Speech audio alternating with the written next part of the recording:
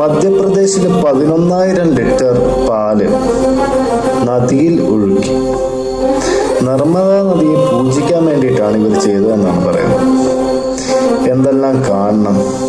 ഈ നാട്ടില് എത്രയോ മനുഷ്യർ പട്ടിണി കിടക്കുന്നു, ഒരു നേരത്തെ ആഹാരം കിട്ടാതെ അലഞ്ഞു നടക്കുന്നു.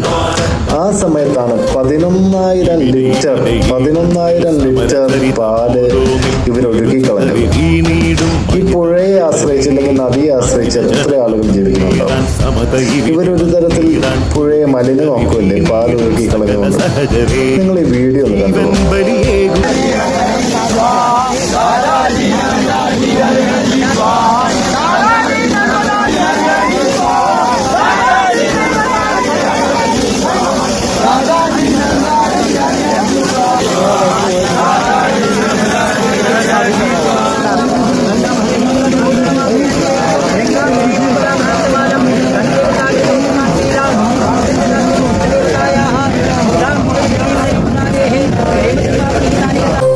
നമ്മുടെ ഇന്ത്യക്ക് ഈ കാരണങ്ങളൊക്കെ കൊണ്ടാണ് പുരോഗതി ഉണ്ടാകുന്നത്.